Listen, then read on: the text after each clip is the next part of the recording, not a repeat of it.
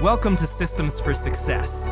Many people think success is something that just happens to you if you're lucky or work hard enough. We believe that behind every success is a system in action. My name is Lonnie Ginger. Thanks for joining me and my family as we share real-life stories and learnings that might just help you design the life of your dreams.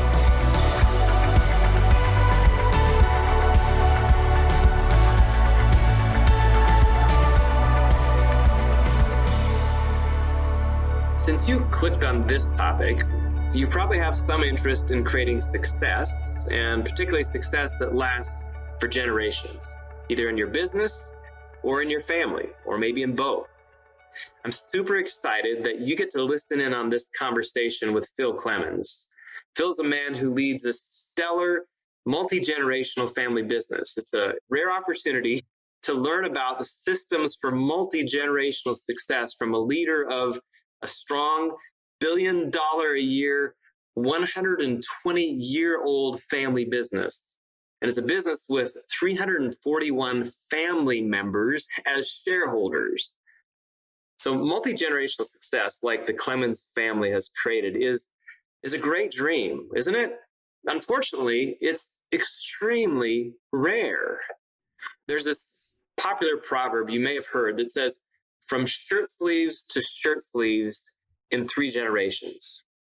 As I've traveled the world and met people who care about this topic, you want to know what really bothers me? What's really troubling is that many other nations have a similar saying. My friends in China have a saying that goes something like, wealth never survives 3 generations, of course, in Chinese, right? In England, where my first son-in-law is from, they say clogs to clogs in only 3 generations. And in Scotland, where my other son-in-law is from, they say father buys, the son builds, the grandchild sells, and his son begs. What's up with that? I mean, is this really the fate for every family leader who has aspirations for doing something great in their generation? That in just 3 generations, the wealth, the success, maybe even the values they build in their generation will just disappear? It's evidently such a common outcome that this is one of the few proverbs you can find in many cultures, most cultures, where there's universal meaning. I mean, something just doesn't seem right about that. I mean, why should this be the sad outcome for so many families? What I want to know is how my family can do it different, right? I mean, what can your family do to avoid this travesty? And more importantly, what can we do now? What can I do now to make sure that the value that we create in this generation empowers at least the next 3 generations to flourish even more? So avoiding this shirt sleeves to shirt sleeves proverb has become a high priority in my life, and it's becoming a shared intention in my family.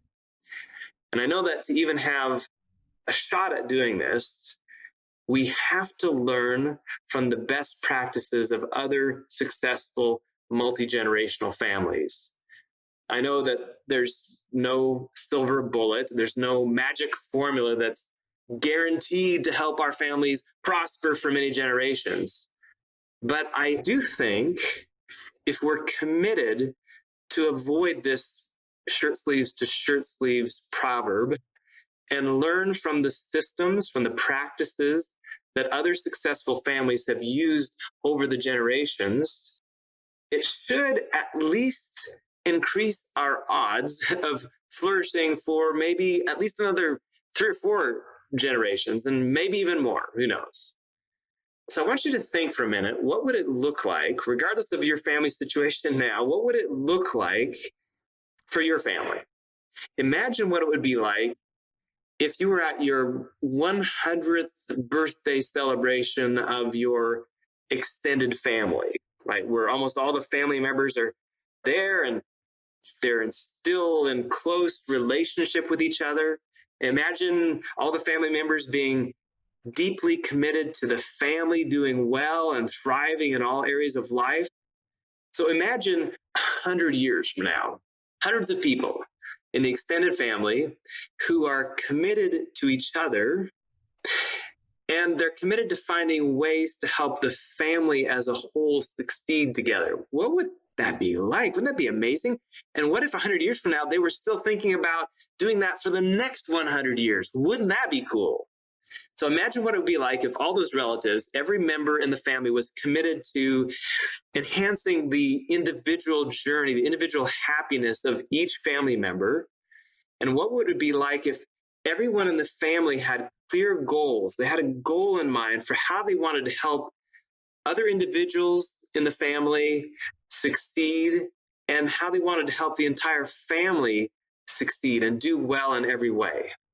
Imagine an extended family like that, with that kind of deep commitment to help every member's individual boat rise, so to speak. So the whole family fleet, so to speak, becomes a powerful armada, family armada that has great positive influence in the world. See, everything starts with vision, with imagining what it could be like, and then committing ourselves to that vision. And I believe when you do that, regardless of the state of your family now, its function or dysfunction, healthy or unhealthy state, it can be better, and it will be better if we have clear vision and intention for how we want things to be, not just next week, next month, next year, but generations from now. Now, you might be saying, man, Lonnie, that sounds like a pipe dream. Is that even possible? I understand how you feel. I used to feel that way too, like this type of multi-generational unity and collaboration, multi-generational success. It's just like a far-fetched fantasy. Sounds cool, but it doesn't ever happen. But I've found that there are families who have created this type of positive extended family dynamic for more than 100 years. And you're about to hear from a leader of a family like that. And as I'm getting to know more and more families who've done this for, say, 5 or more generations, a couple things become clear. One is this: for each generation to create value for society and for itself, here's what becomes super clear to me. Avoiding the fate of that proverb of shirt sleeves to shirt sleeves, the family must be very intentional about creating family systems, family dynamics that are attractive, that are positive, that are positively attractive over the years. Another thing that I see consistently from those extended families that maintain strong affinity for generations is that the word wealth, when they think about wealth and success in the context of the family, it's about much more than just being about money or assets, stuff, things. Wealth to these types of families that are successful over the generations means the well-being of each family member and of the whole family. And wealth to them is not just about how much money the family or anyone in the family has. Everyone in these families I've talked to know that there are multiple forms of wealth, or some call it multiple forms of capital or capitals that create success, right? Not just one form. Since I mentioned that, let me just run through these forms of capital real quick. First, there's human capital. How are people as individuals flourishing? Then there's intellectual capital. Does the family have a shared culture of learning and a system of continually growing and developing themselves personally? Are family members sharing what they're learning so that the capacity of the whole family to meet challenges and tackle opportunities is developed? And then there's relational capital. Does the family develop long-term positive relationships and pass those relationships on to next generations? And then there's spiritual capital. Yes, spiritual capital. Over and over, I see that families that flourish for generations recognize and develop spiritual capital, the spiritual capital of the individuals and of the family. This is not about religion, and maybe one could even say it's actually beyond religion. This is about the deep, non-tangible spirit of the family. It's about the values the purposes of the family. See, spiritual capital is about the family's ability to pursue a common vision that creates this long-term flourishing in the people and the family as a whole. In fact, one thing I've learned from families like this is that many of the 100-year-old families that continue to generate value and affinity over the years, many of these types of families, you'll hear this from Phil in a minute, those families actually believe that becoming a family of affinity is one of the deepest spiritual purposes of the family. So when you think about the wealth that you want to pass on to future generations, think through the lens of all of those capitals: human capital, intellectual capital, relational capital, and spiritual capital. These are all kind of qualitative types of capital. And yes, of course, there's also a focus on quantitative capital or financial capital, your assets. But here's the deal.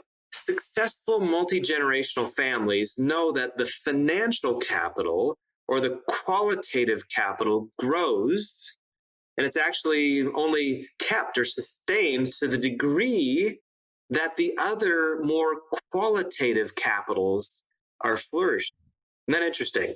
So the question is, how do we create family systems that enable all of these capitals to flourish across the generations? When I heard that saying, shirt sleeves to shirt sleeves in 3 generations, I had this immediate, almost gag-like reaction. Like, if the success and the values that I create in my generation ends up not just being lost, but maybe even being harmful to the 3rd generation and beyond, what a waste of life. I want what I do in my generation to create a basis, a platform that equips and empowers even greater value creation, even greater fulfillment and success in future generations. And I bet in your heart of hearts, too, you'd love that, wouldn't you? If you study the successful stories of families throughout history, you'll see that more often than not, shirt sleeves to shirt sleeves in 3 generations is true. But you'll also see that there are some clear exceptions to that dastardly proverb. Exceptional families or exceptional family businesses that figure out how to set up a system for success that causes successive generations to flourish even more. So I've been on a quest to understand what those rare families have done to be generative and to flourish for multiple generations. The key question on my quest is really this: how do families stay together over 100 years and evolve to include their future generations in a way where the next generations continue to prosper and add value to the world? Okay, with that question in mind, listen in on this conversation with Phil Clemens, where he unpacks some of the secrets to success of his billion-dollar family business lasting over 120 years with now more than 300 family members involved. So now we'd like to proceed with the conversation between Lonnie and Phil. Lonnie is located up in the state of Washington, in Western Washington. He's the CEO of Wilkinson Corporation. He and his wife, Shelley, have been married for 37 years, and they've got 4 adult children. And I think equally as important for us is Lonnie has a real passion to connect with families and to help share with them in ways that will help them to do a lot of good in the communities where they live and the activities that they engage in. So, Lonnie, we're looking forward to this conversation, and so I'm going to turn things over to you.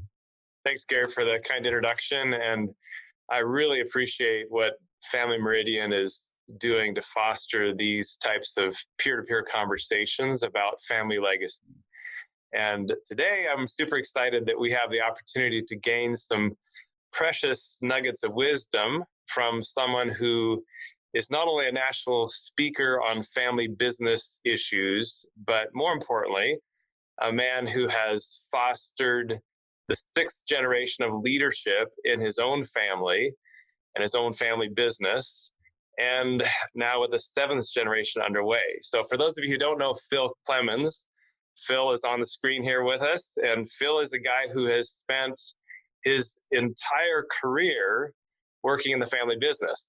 In fact, I think it was in high school that he started working at Hatfield Quality Meats, which is the original business that's been in their family now for over 120 years. Phil started on the cleanup crew and worked in, I think, pretty much all areas of the company, and eventually became CEO of Hatfield.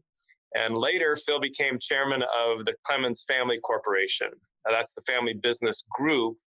And that group does total sales of over $1 billion a year and has over 4,000 employees who sell products and serve customers all across the country. So Phil is now officially retired from his role anyway as chairman of the family corporation, but he's still very active as family ambassador and serves on boards of several family-owned businesses and nonprofits. So as you'll see in just a minute, Phil's passion is transferring values and leadership skills to the next generation. So Phil, thank you so much for being willing to share with us today. Glad we could be here.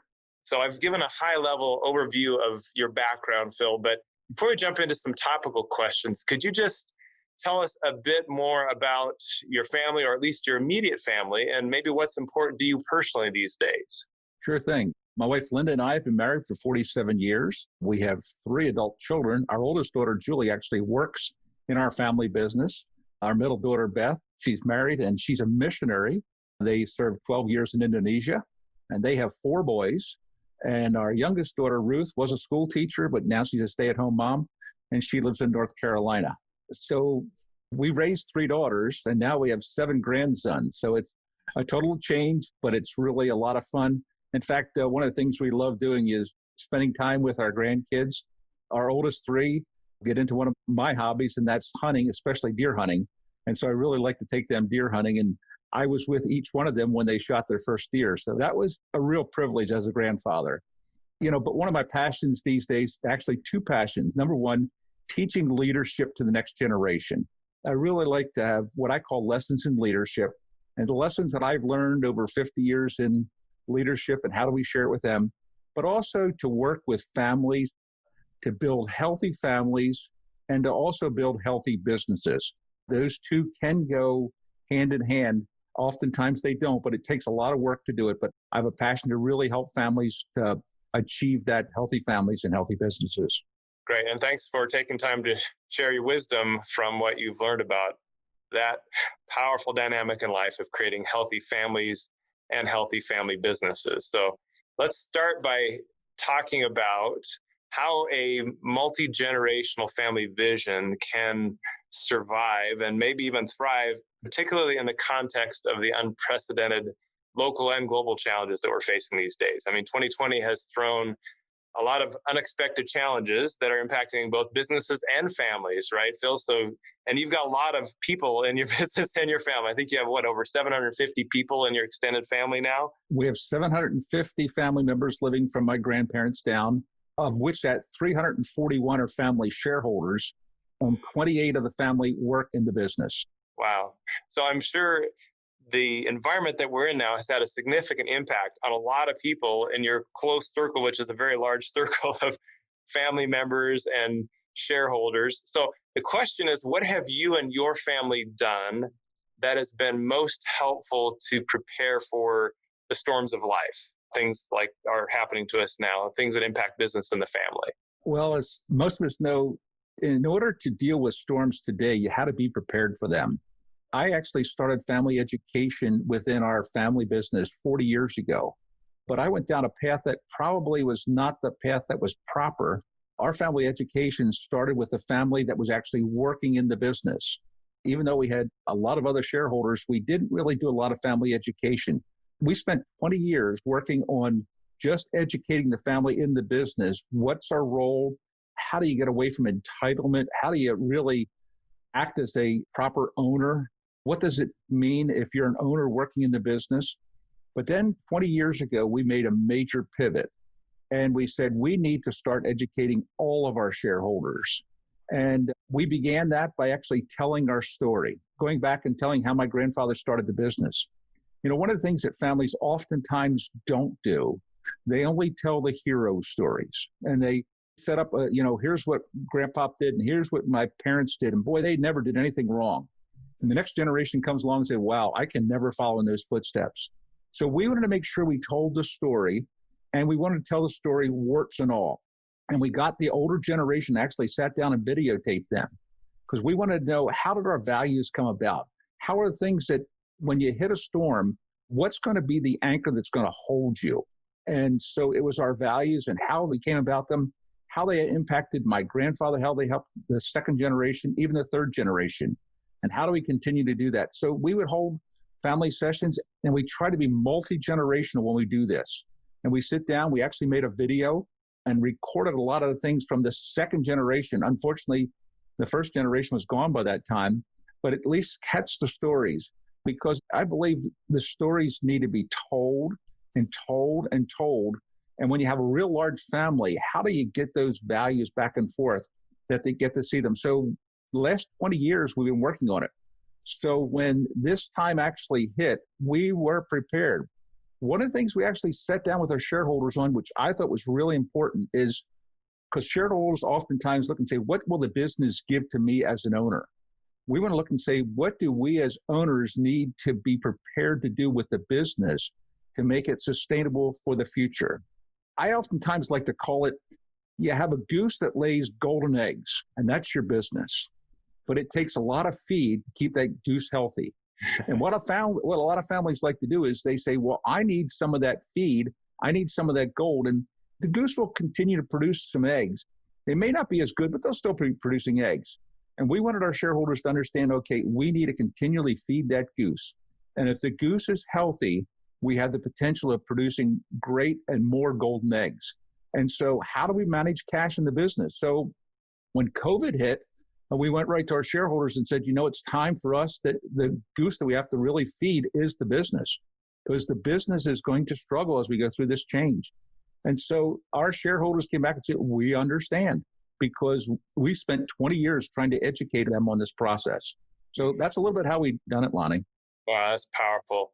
20 years of intentional education and a lot of storytelling was a great preparation. So connect the dots for us just a little bit more. How did that preparation tactically help once you started dealing with the new challenges in your business and the ripple effect to your family as a result of what's going on now?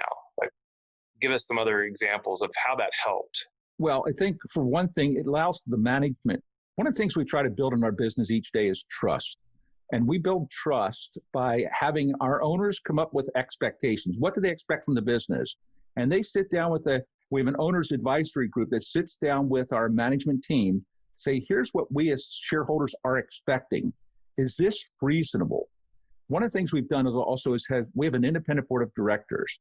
We've intentionally said our board of directors is going to be a fiduciary board, and it's going to be made up majority of outsiders. The only employee that serves on the board will be the current CEO. So when this came, we wanted management not to worry, okay, what are shareholders going to do? What's going to happen here?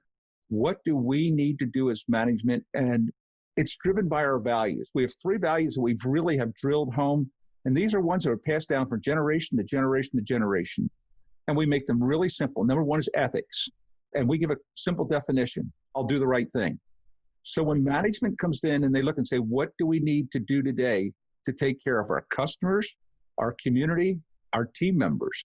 We need to do the right thing. The second value was integrity. And we say, I'll do what I say. I'll keep my promises. And so what have we promised our team members? What have we promised others? And how are we going to deal with this? And then stewardship. And stewardship says, I'll build a foundation for the future. Don't make short-term decisions which are going to have long-term impact. Always looking to the long term. And so from setting those values down, our management team would say, here's what we absolutely need to do today. We don't have to worry our shareholders are going to be screaming and saying, oh, what's going to happen to my dividend? What's going to happen to our stock value? What's going to happen to this? That's not your main concern. The main concern is keeping that goose healthy. Wow, that's powerful. So many people talk about values, but very few actually use them as a guiding force on a day-to-day basis in their family and their business. So thanks for that example of how you've done that. And I know for myself, my family, anybody listening to you right now, it's super inspiring to hear about a family business that has strong bonds of affinity with solid values for so many generations. That's an uncommon thing. And I don't know of any family leader who wouldn't want that kind of legacy. I don't know of anyone who wouldn't agree that the intention of keeping family thriving together for multiple generations is a great thing. But as Gary just alluded to, there's a big gap between intention and actually ending up with the kind of family or the kind of family business that we want. And Phil, I know we're both fans of Andy Stanley's leadership teachings, so I'll ask you a bit more about the concept that Gary referred to. It's a quote, I think, from Andy's book, The Principle of the Path. Andy says, direction, not intention, determines destination, right? So if direction, not our intention, determines our destination, the question is this: how do you avoid the dead end of good intentions? So how do you make sure your family and your family business is going the right direction to get to the desired destination? It's a great question. And in fact, we actually came to the point in time where we weren't doing that. When we celebrated 100 years in business, and, we beat all the odds. Everybody knows family businesses, only 30% come from the first generation to the second generation. Only 12% go from the second to the third. Less than 4% go from the third to the fourth. I was third generation. And, we celebrated 100 years in business, and, we've been in business a lot longer than most people. We're being run by the third generation. We're doing everything right. And, as I started to take a really deep look at it, we really intended to continue to go on for another 100 years. We intended to continue to do all the things we intended to do. However, our values became much more what I call marketing tools. They look really good on the wall and say, here's our values and here's what we do. But I started asking myself the question, are we doing the right thing? Are we doing what we say? Are we being really good stewards? And I had to turn around and say, no, we're not. And so we had to go through a major, major shift and sit down with our shareholders, sit down with our team members and say, these values really mean something. And we want to be held accountable to these values. We don't want to just say, let's live in history. Look at what we've done. You celebrate history, you don't live there. And we want to say, we want to be held accountable to our values. So we sat down, we actually have them on a laminated card, which we hand out to our team members, to our customers. We want people to know, okay, this is what we stand for, and we want to be held accountable. Even as the CEOs, I needed to be held accountable. Let me just give you one example of one of the things that in the meat processing business, you always have to wear outer garments. You wear all the personal protective equipment, hats, hairnets, and so forth. Well, I had a package that had to go out by FedEx. And so I was going to take a shortcut. I wasn't going to run through any production areas. I was going to walk down the steps, just walk through the hallway, go to our shipping department, and send this package out. As I'm walking down the hallway, one of our brand new team members just had started that week. She saw me walking down the hallway with no protective equipment on. And she looked at me, she goes, "Sir, you're not supposed to be here like this." And that one of our team members was, "Do you know who that is?" "That's the CEO of the company." And I went up and I said, I want to thank you because I was not doing the right thing. You need to call me out on it. And I'm a bad example. Thank you for pointing it out. And I want to say, need to be held accountable. So when you set those values up, walk your talk and talk about it, but also walk it every day. And if you don't, be held accountable when you don't follow the rules. That's a great example of the power of accountability and humility from the top, and accountability specifically to your values. So I want to ask a bit deeper question on that, Phil, because again, it's a common understanding that values are important. And it's also fairly common to understand that we should live those as leaders. But the question is, what have you done to help ensure that the direction you set in your values or even your vision are more than words on the card or words on a screen? But can you give us some examples of like processes, routines, traditions that your family has implemented to help ensure that the direction on paper actually shows up in the decisions and actions of the family? We try to talk about those in every meeting we have. And we start off with, okay, here's our values. Even asking the question, so where aren't we living our values that we realize we're going astray? But we want to tell you, here's things that we have done. In fact, some of the things we do, and we share with our team members and we share with our shareholders. One of the things we believe is sharing profits with our team members is really important. We share 1/3 of our profits with our team members, and we share with them during good times and bad times. And we come back and say, we believe that it's absolutely the right thing for us to do is to share with you. We also believe it's really right to give to charitable organizations. And we put that right on the top of our organization. We're going to give 1/10 of our profits to charitable organizations. So we try to remind our people, here's what we said we're going to do. And your values are really exposed. Your character's really exposed when you come to tough times. When this COVID hit, one of the things we did, we had to cut a lot of things out, just had to say, we can't do that. We can't do that. And we sat down and we shared actually with every one of our shareholders. We sat down with every one of our team members and said, here's some things we're going to do. We had scheduled to start a new construction in April of this year. It was a $125 million construction project. We said, we need to do it, but right now is not the time to do it. So we stopped it. We took all of our management team and said, something, all of your salaries are going to be frozen at this point in time. All bonuses to management are going to go away. All employee bonuses will continue, but management bonuses won't.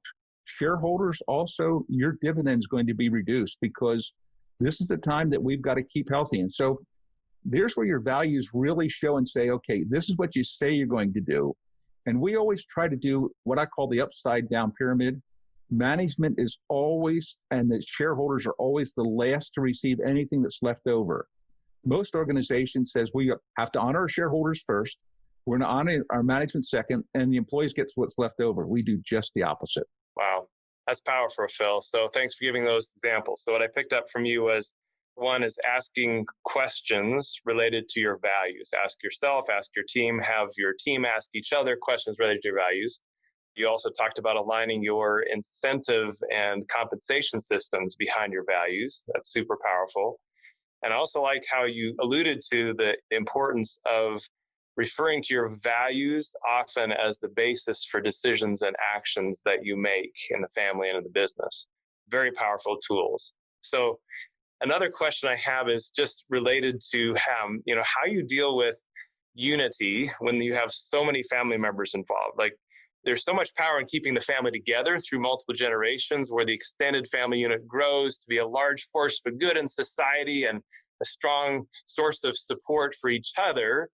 And there's so much power for good in the unity of an extended family over the generations. But with that many people involved in the family, there's always the potential that not everyone will behave properly, right?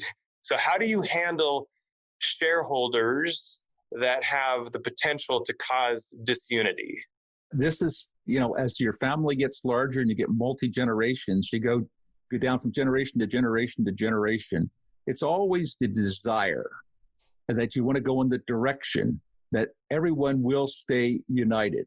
But I will tell you this, seeing multiple families, that does not always happen. And so how do you deal with shareholders who don't want to behave properly or feel they're entitled to everything? First of all, you have a sit down talk with them. And as a CEO, I did it. We also have a family group, our owners group, that really takes some responsibility in this. If we have a shareholder who's beginning to show signs that they are not behaving properly, we want to sit down and have a talk with them, saying, here's how you're coming across. Here's how you're actually taking our values and not following them. Now, I need to say this because our values are based a lot on our Christian faith. Our mission statement within our company, clearly it's not politically correct, but it's one that our owners really abide by. And it says we aspire to operate in a way that honors the Lord Jesus Christ as demonstrated through ethics, integrity, and stewardship. Well, part of this is Christian values. And I will tell you, even as you go from generation to generation, will everyone adopt those Christian values? The answer is no. Even though you have a strong desire to do that, we try to tell them, you don't have to adopt those values, but what we won't allow you to do is to bring disunity to the family and harm to the family. And if we feel that you're causing harm to the family and to the business, we'll sit down and have a conversation with you.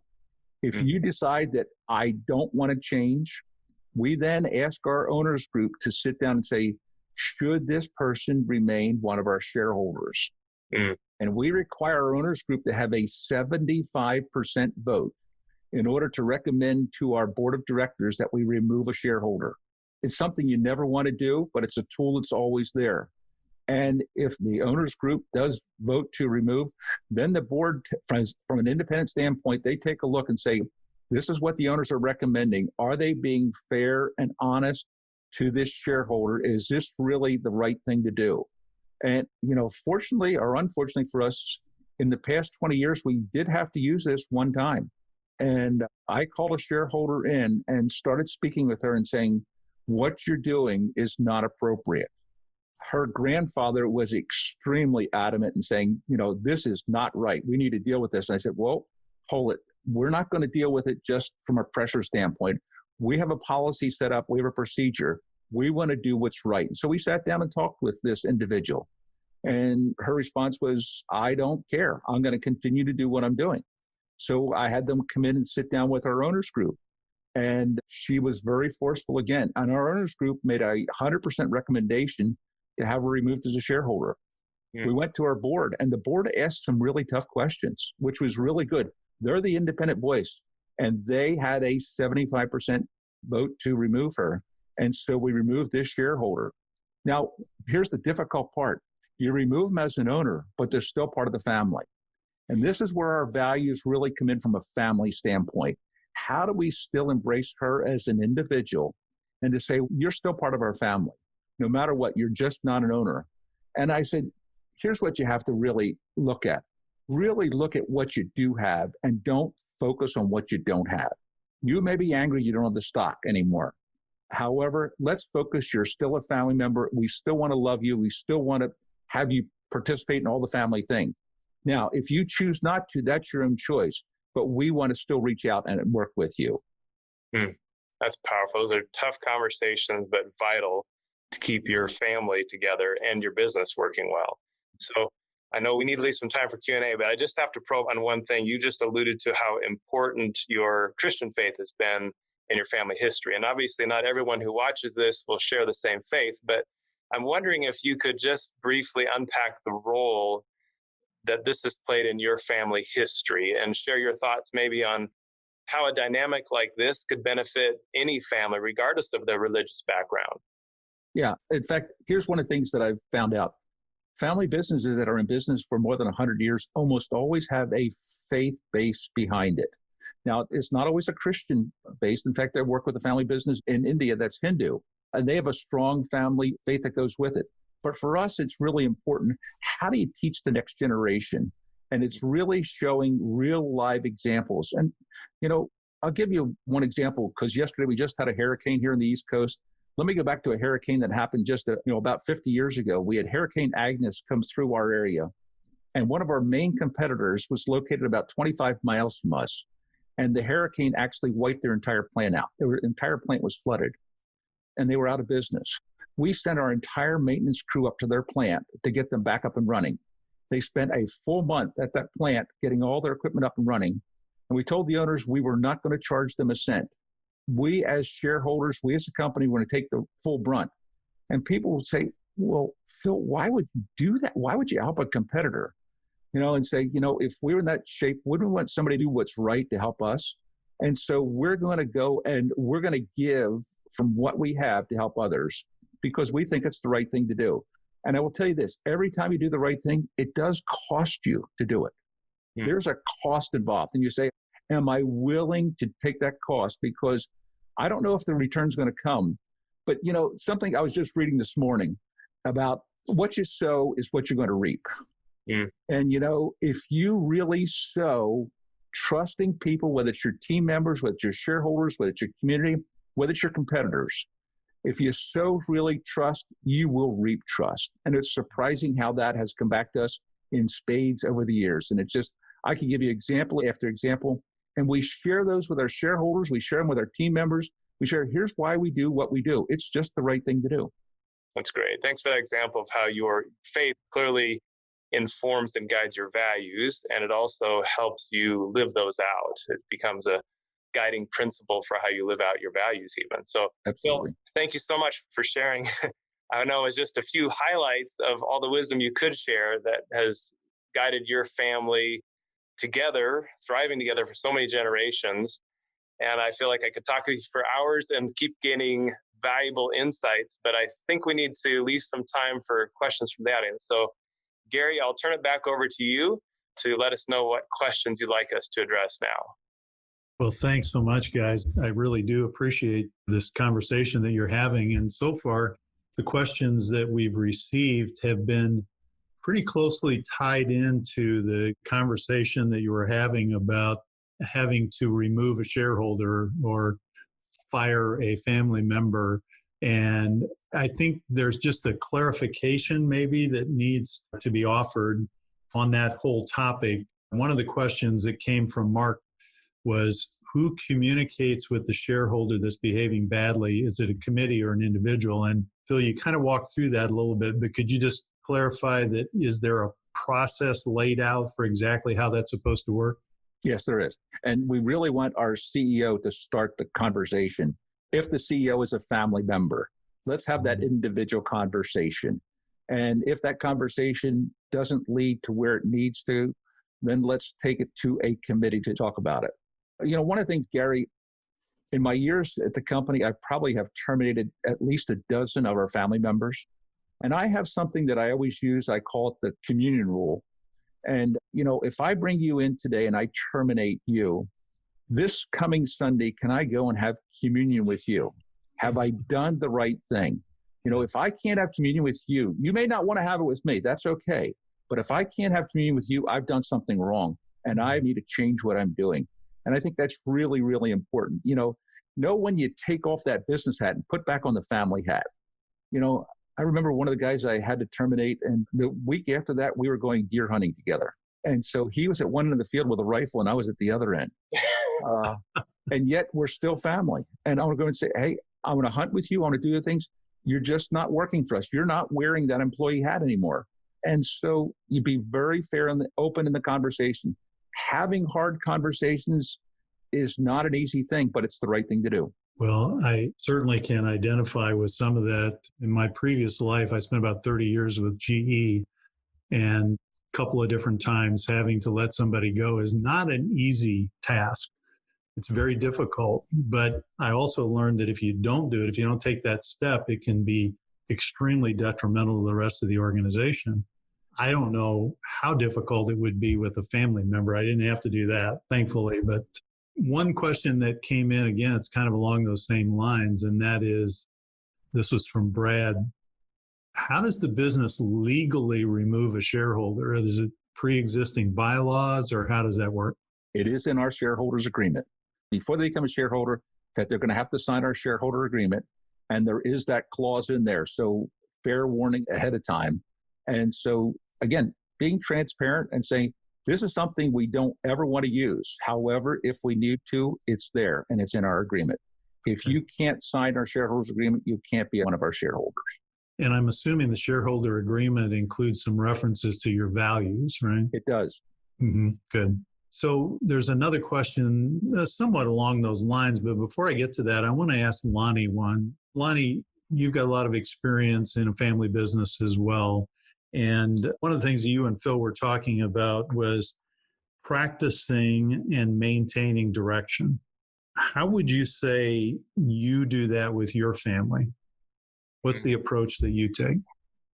Well, I think the fundamental principle is that for me, about 18 years ago, I had a conversation with a business leader who is also still to this day one of the best family leaders I've ever met, that changed my paradigm. And that paradigm shift made all the difference. The paradigm shift for me was learning to lead my family as thoughtfully, as intentionally, and as strategically as I lead my businesses. So what that means is that over the years, we've implemented in our family some of those similar disciplines, like we do annual family goal setting retreats now for 16, 17 years and have a whole process we go through at that. Just like we do annual goal setting retreats in our business. We do quarterly family council meetings, just like we do quarterly board meetings. And we have a very intentional process that we go through on that, which includes, of course, reviewing, investments of the family and business processes, but also includes a significant portion of time where we focus on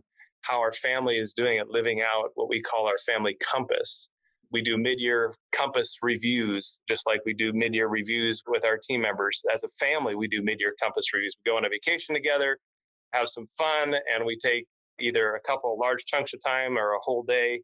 We'll review how we're doing living out our family mission, vision, values, and the goals that we've set together, both in our individual sub-families, our family collectively, as well as in our family businesses. So that's just a few examples. But the principle is, why don't we lead our families as strategically as we lead businesses? It's the most important multi-generational organization in our world, right? Yeah, that's great. And I hope that those who are attending would just get a taste of what it's like to have people who have gone on this journey, who walked down this road like you guys have, and be able to share that with others. I'm going to cover a couple more questions here from Craig. Do you have legal documents to delineate the responsibilities of the owner advisory group, management group, and the board? Phil, I think that's for you. Well, we have some that are come as part of our agreements. For the owners group, we actually have it's not a legal document, but it's a document that really states, here's what the owners group does. In fact, our owners group is elected by our shareholders. There's 5 individuals. They're all part of the 5th generation who really work on the setting our expectations. One of the things we've done, we use what I oftentimes call a balanced scorecard approach. And we have, from our owner standpoint, we look at financial results. We look at what is shareholder satisfaction. How satisfied do our shareholders need to be? How much risk will we allow our management to have? And finally, we always set a stewardship principle. And we sit down and get these things measured. So there isn't a legal document, but everyone knows what the owners group does. And then they sit down with management and negotiate it. And they're there to speak as one voice for all of our shareholders. When you have 341 shareholders who feel that they're entitled to go and talk directly to management or talk to the board, that sure doesn't work. In smaller companies, you're not handling as many, but I will tell you, it's still a really dangerous position.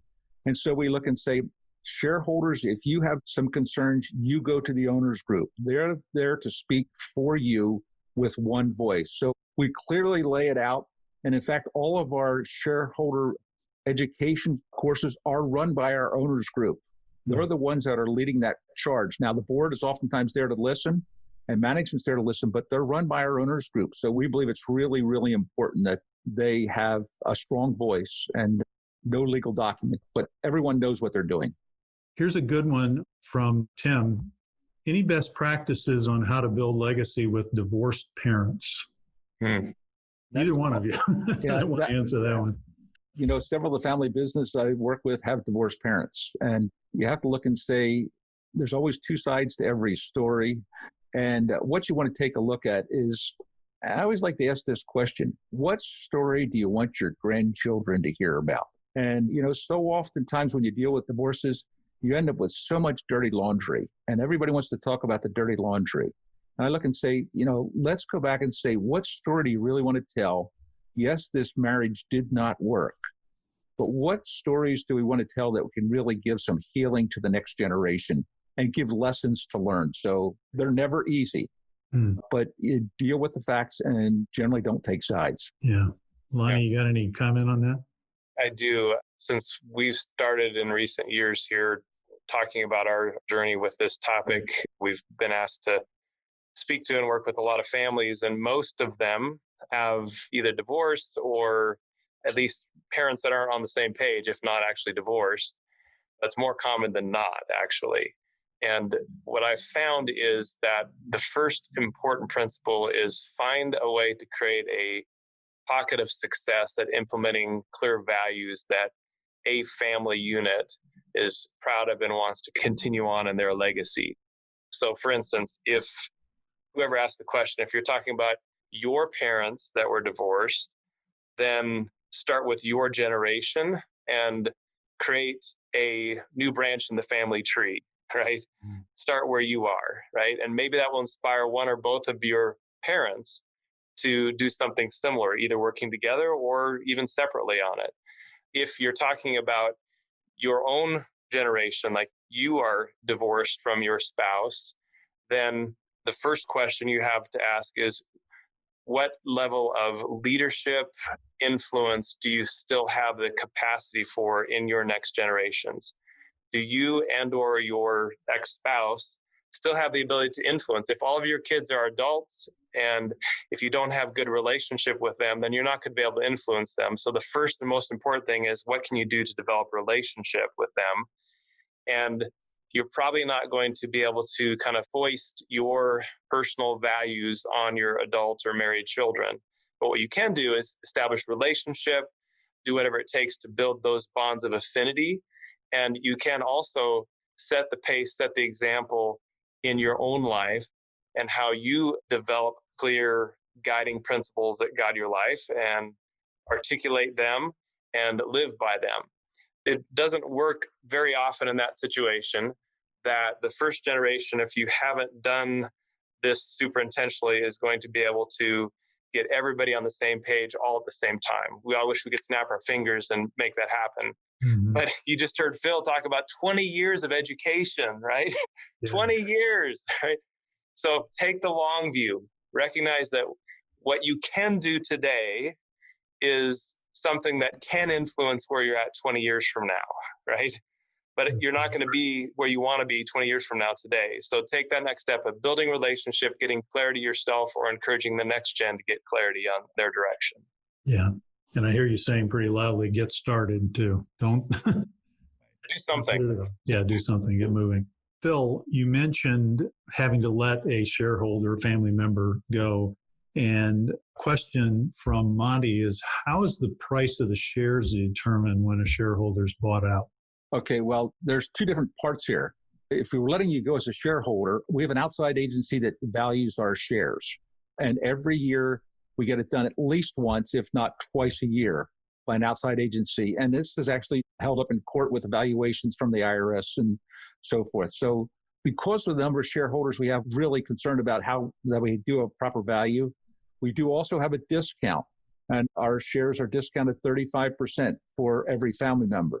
Now, I will tell you this, we've been very, very successful. Our shares have grown over the last 45 years. We've averaged 18% per year growth. So for our shareholders, it's an asset they generally do not want to get rid of. Yeah. So again, it's going to be, their shares are going to be valued at a proper value. And of course, part of our shareholder agreement is you will agree to the valued price. So that's part of the agreement that we have for the shareholders, but it's set by an outside agency. Can I trade some GE shares for yours, just like one for one? No, not at this time. Not at all, right? I don't blame you. Brad had a question. You mentioned, Phil, the sharing of a third of profits with employees. Mm-hmm. He says it sounds very generous. How did that decision come about? Well, our business burned in 1946, and we lost everything. And we got together and we kept all of our team members on. And we looked and said, our team members are really responsible for our success as much as anything else that we do. But our faith really is probably the most important part. We said, we really need to share with them in a proper way. And we picked sharing 1/3 of our profits with our team members. And people say, well, that's way too generous. Why do you do that? Well, without our team members, we're not going to exist. And we want them to realize this, it's pretty neat when you can have a guy who's driving truck for 25 years and they get a profit sharing account when they retire, well exceeds $1 million. Mm-hmm. And to hand them a check for over $1 million for driving truck for 25 years, said, we did the right thing. And, our stock price is still going up. We're still doing well. And it's just the right thing to do. Yeah, that's wonderful. Question for you, Lonnie. What does it look like integrating your children's spouses into those rich family rhythms that you talked about that you set up? Any advice on how to integrate them well? That's a great question.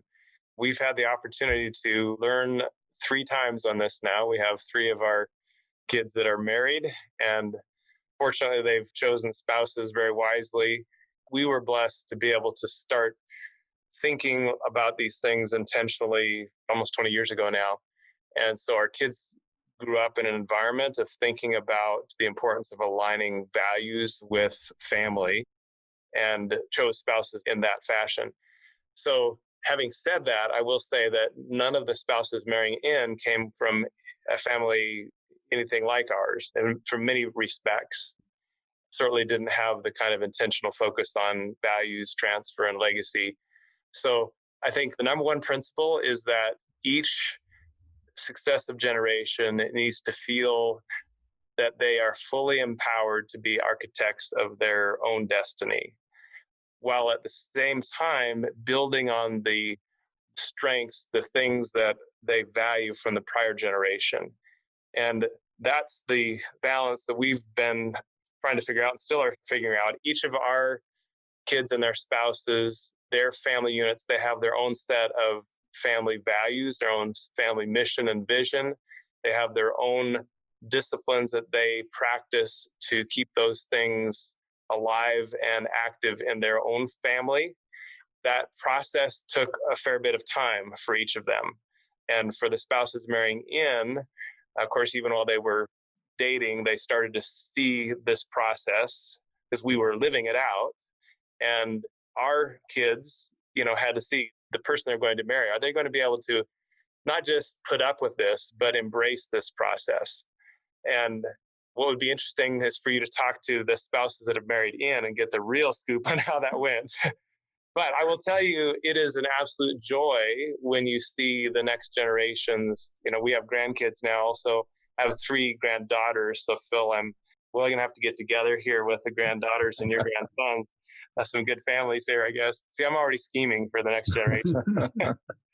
But, to see them talking about and beginning to live out a way to implement clear, intentional values in our grandkids is even more rewarding. So I would say the important thing is relationship. Love your spouses that are marrying into the family as if they are and indeed are your own flesh and blood, and incorporate them into all the family processes. We have a process. We start incorporating the potential spouses into some of our regular family events, even our family council meetings, not as voting members, but they can observe and see how it works, and we can see how they fit in with the culture. So if you already have spouses that are married in, the important thing is if you can get them to understand the value of just doing this type of intentional values-based leadership in their own home, even if it's not directly aligned with or built on the prior generation. What I know is if one of those 2 spouses are your offspring, there will be at least some degree where their values will be built on your prior generation's values, even if it's not like intentionally written down with the line from second generation to first generation values. It will be built on that. Yeah. So that's a couple thoughts. And by the way, if you're interested in some background, if you go to our podcast, Systems for Success, episode 9 is where I unpack that a bit more. If you don't listen to any of them, just listen to episode 9. Oh, good. So yeah, thanks for that, Lonnie. And Phil, I'm sure you have some comments too, but maybe in the interest of time, if we could just go on, we only have a couple more questions here. If we could try to get those covered. One of them, I think, could be fairly quick. Daniel wants to know, are there some sample documents? You guys have talked, both of you, about different things that you're doing, ways in which you've written out family vision, mission, values, or some of the documents that you have within your company, Phil. He'd like to know if some of that would be made available or that we could get access to. So if you guys could think about that, I don't necessarily need an answer immediately, but maybe we could either post it on our website or we could give folks a link if you want to make it available. Gary, let me just ask one thing too. I tell people we actually make ours available. And I would tell this, I tell people plagiarize as much as you can, but customize it. And here's what you need to do. Get together with some of your professionals you're working with and tell them, here is what we'd like to do. Because oftentimes they'll come and they say, well, you can't do that. You can't do that. Okay, here's what we want to do. How can we do it? And get your documents written down, work with people and ask tough questions and keep driving to say, this is what we want to do. Yeah, that's great. Paul is asking, do you have some advice for families with non-religious children? I know you kind of spoke to that a little bit, but any more thoughts on that topic? One of the things we try to do is we still try to carry out our values, and we do not want to preach to the next generation. We want to say, watch our walk, watch our talk, and see if we're living it out. If we're not living it out, don't follow it. But if we are living it out, hopefully, I try to say this, you can lead a horse to water, but you can't make him drink. Mm-hmm. But what you can do is put salt in their oats. And by living out your values day in and day out, you're putting salt in the oats to make them thirsty. Why do you do the things you do? You know, we haven't adopted these values. We don't believe in these values, but we see what you're doing. And why are you doing what you're doing? So be people who put salt in oats. Yeah. Lonnie, any additional thoughts on that question? Yeah, we've had conversations about this in our family also, even as spouses, Marion, that have different religious backgrounds or expressions. And I think our core principle there is that our family is values driven, not religion driven. Now, our values are built on, in our case, biblical principles, and they're guided by the teachings of Jesus Christ.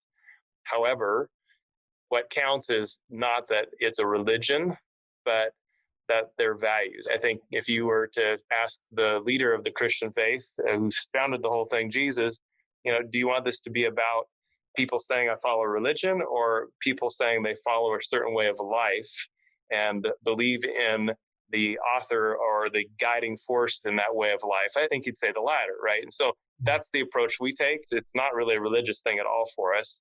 It's about following a set of values that, in our case, are founded on something that people could say have religious background, but really it is much broader than any particular religion. Yeah, thank you. Well, I want to honor your time, guys. Thank you for staking on this additional time. We just had one last question here. Do you have another minute or two that we can answer it? Sure. James asked, how do you transfer the stories, values, 2 or more generations beyond your influence? Is it books, recordings, videos? What kinds of things are you doing to take it beyond your lifetime? I think that's basically what the question is. The answer is yes to all of them.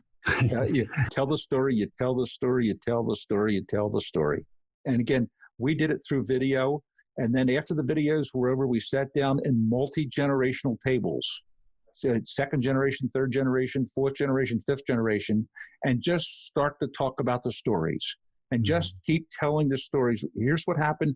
Here's what didn't happen. And when you get a large family, I never knew that about our family. And so you just keep telling the stories and be creative in how you do it, and just continue to do it and do it and do it. Yeah, that's very good. Like you agree, Lonnie? Yeah, I would say, the same thing. And we've started a family legacy website that captures all that stuff. But, you can have a video or things written down, but what counts is, do you have a routine that's built into, or tradition you might call, that's built into the rhythm of how you do family, that family values enough that's attractional to future generations? Whether it's a annual family reunion where part of that is storytelling and celebrating things that have happened in the family. Same thing in business. The reason our values continue on from team to leadership team is because we have a process that ensures that happens. It's not because something was written down or on a video. Yeah. I love some of the things that Mitzi Purdue shared about what they do. What podcast do you remember off the top of your head? I think it was the most recent one or two. So check that out. It'll have her name on it. Yeah, great. Okay, well, thank you guys again so much for spending the time with us today. We got through all the questions that were asked, and we will have this recording available. So thanks again, and appreciate you all very much. Have a great rest of the day. Thank Bye-bye. you. Goodbye now. Bye-bye. Wow, so much powerful wisdom from Phil and his 120 years of one family doing business and life together. By the way, have you noticed that family businesses are some of the most enduring economic institutions and social institutions? Have you noticed that these family businesses are everywhere around the world, throughout history, and still today? The core of our economy is families that do business. And the core of our culture, I believe, is families like Phil's that seek to create so much more than financial profit. I think it's worth taking just a few minutes to recap some of the lessons we learned from Phil. I was taking notes. I don't know about you, but especially when I listened to it afterwards, what are the traits of the family that avoids the plague of shirt sleeves to shirt sleeves in 3 generations? What are the traits of successful multi-generational families?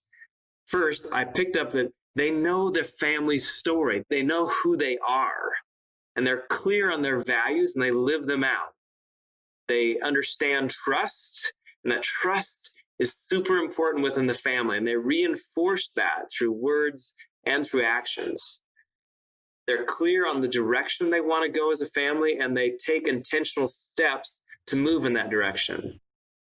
Each generation is empowered to design their own destiny while still building on the strengths and values of the prior generations. Also notice they value family unity extraordinarily, and they affirm each family member, but they don't endorse behavior that's contrary to family values. They also make it a high priority to intentionally nurture good relationships among all members of the family, regardless of differences. And I loved how he talked about how they make sure spouses of family members and even adopted children feel like family by blood. So many good lessons. There's just a few of the key takeaways I got from this, and I hope you were taking notes on Phil's wisdom too. So conversations like this really stretched my mind. I don't know about you, but this conversation with Phil inspired my imagination about what could be in my family's future. What if we could develop a family system that's constantly getting better and more resilient and able to adapt over time? There's going to be a lot of challenges in society. There are tons now. There's going to be more to come. What if we could grow our family systems to create whatever capacities are needed to endure against the odds, against the challenges that our future generations might face? What could be a more worthy use of a leader's life than to pursue a vision like that? So what if we could develop leaders in our family who seek to keep every family member's boat rising over the years and over the generations? And really think about that. I want leaders in my family like that. Think about your family's potential in the long term. Imagine how future generations could flourish with those kinds of dynamics. And yes, I know it's the common practice for families to even stop getting together, let alone continue working together for 2 or 3 generations. Everybody just gets busy with their own life, their own family, and they don't see any reason to opt in to be a part of an extended family like that. That's more often than not the case these days. But it doesn't have to be that way. What if we designed our family systems to be so appealing that future generations saw that the extended family was providing more promise to them to optimize their individual potential, become all that they were meant to be and capable of being, that the family, the extended family, offered more potential to optimize them than any other group competing for their attention or competing for them to join? Wouldn't that be amazing? I don't know about you, but I want more than anything to develop a family system that is attractive, that positively attractive. I want an extended family that is so devoted to the growth and development of every family member that they can't help but be attracted to be a part of the extended family. Now, that may seem like 1,000 miles away from where your family is right now. I get that. Seems like miles away for my family too. A stretch is always good, especially when we recognize that a journey of 1,000 miles begins with the first step. And I think the first step is just embracing a new vision for what your family or your family business could look like 100 years from now. And then start taking one step after another in that direction. For some, the next step might just be having that authentic conversation with an estranged family member to maybe apologize for what you've done to cause the distance in the relationship and ask what you can do to start rebuilding a more meaningful relationship. For others, the next step in the 100-year vision might be to just write down your personal values or your family values. Define at least one next step you can take that might start taking you in the direction of this kind of 100-year family vision. And take that next step, and then the next, and then the next, and the next, and the next. And who knows, over time, we might create a whole new branch in our family tree, a branch that flourishes and bears good fruit in the world for generations to come. Thank you for joining us on this episode of Systems for Success, where the mystery of success is solved in the magic of the system. To ask us questions you'd like us to address in future episodes, go to systemsforsuccess.com. See you next time.